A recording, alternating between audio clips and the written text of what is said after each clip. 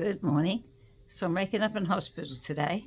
It came in yesterday because my scan showed that the right pleural effusion had got quite big, and I don't get. It makes it harder to breathe, like when you're talking or walking or whatever. But I researched it a bit, and I had two doctors say, no, you need to get it drained.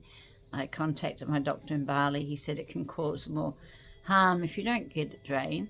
It's not no drugs involved. It's just they put a tube in you, drain it out. But yeah, my friend had it done once, so I've seen it done. Anyway, I don't know when that's happening because I haven't seen any doctors yet this morning. And I spent the whole 7 hours and waiting to get up here yesterday. The emergency room was so busy, and thank goodness I had my good friend Zoe with me to keep me company, so that was nice. Anyway, got up here last night. I finally get settled into bed. The lights are low, everything's good. And who comes in but the oncologist?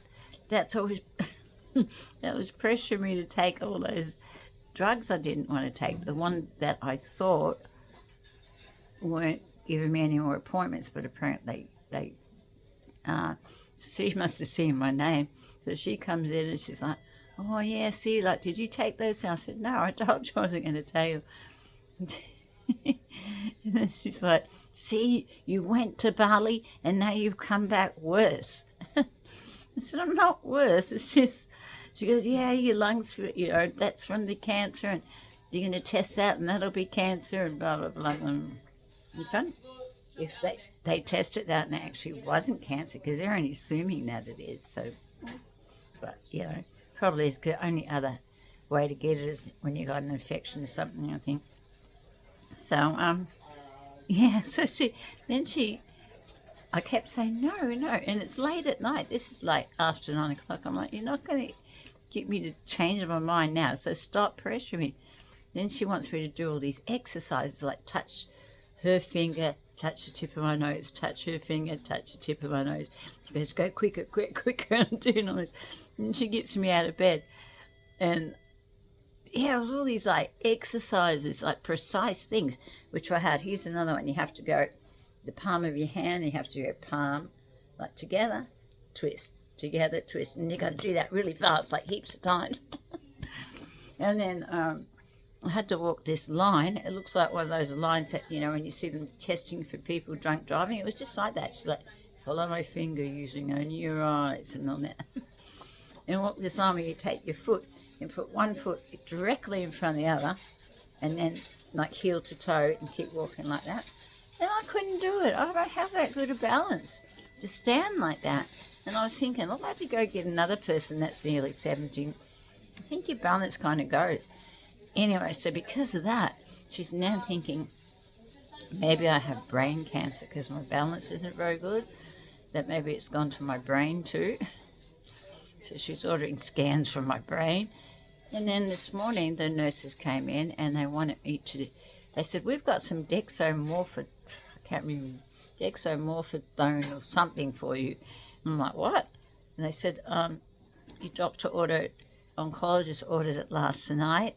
In case the cancer's gone to your brain, it will keep it from growing. It's a steroid. So I think I had that once when I had all my teeth out, and it kept me up all night to go, that'd be the one. She said, the nurse said she had it scheduled for last night, but we looked at it and we thought, no, that's not a good idea this late. She won't get any sleep at all. That girl needs sleep. So I'm like, thank you for that. And I said to the nurses, she's not respecting my right to no medication, and the fact that she tried to sneak that in like that, without even explaining it to me. I said, I'm not even going to take anything that's not explained to me why I'm taking it by a doctor. And the nurse is like, well, sorry, I know what it is, but I can't really explain it to you because I'm not the doctor, I'm just the nurse, Yeah, but, it just makes you wonder how many people, when they come in and say, we've got this dextromethorphan or whatever, steroid for you to take, doctor prescribe, and they just take it because they trust the system, you know, and that's kind of sad for me that they trust the system that much, you know. I mean, it's easier just to trust the system, but it's not. You know, it's not in the long run. And last night she's saying to me things like, you know, you've got a beautiful daughter, why are you doing this to her? And, you know, you've only got months to live, but there's a lady upstairs now, and she took the drugs that we're trying to get you to take, and she's been alive 10 years. And I said, well, that's not what you told me. You told me a 36% chance of surviving 3 years. And she's like, well, yeah, that's the statistics, but heaps of people are living longer than that. Anyway, and then when she left last night, she's like, see you tomorrow. I'm like, okay.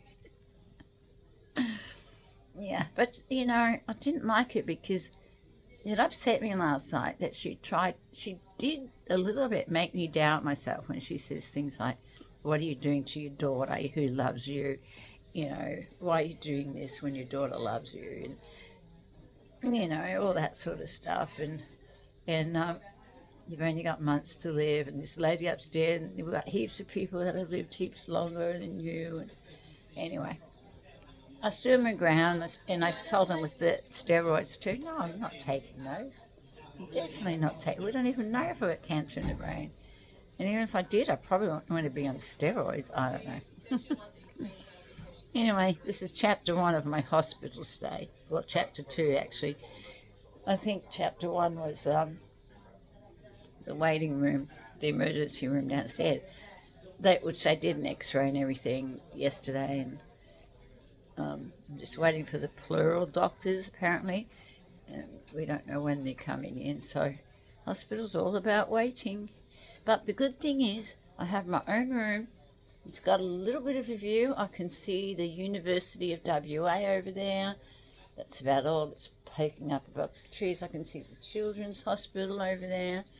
So I can see Ronald McDonald House over there. So at least I have a little bit, whoops, phone slipped down. At least I have a little bit of a view here. So things could always be worse, couldn't they? They can always be worse. I could be in a big ward full of 8 people or something. I've had to do that before too, in the past, definitely.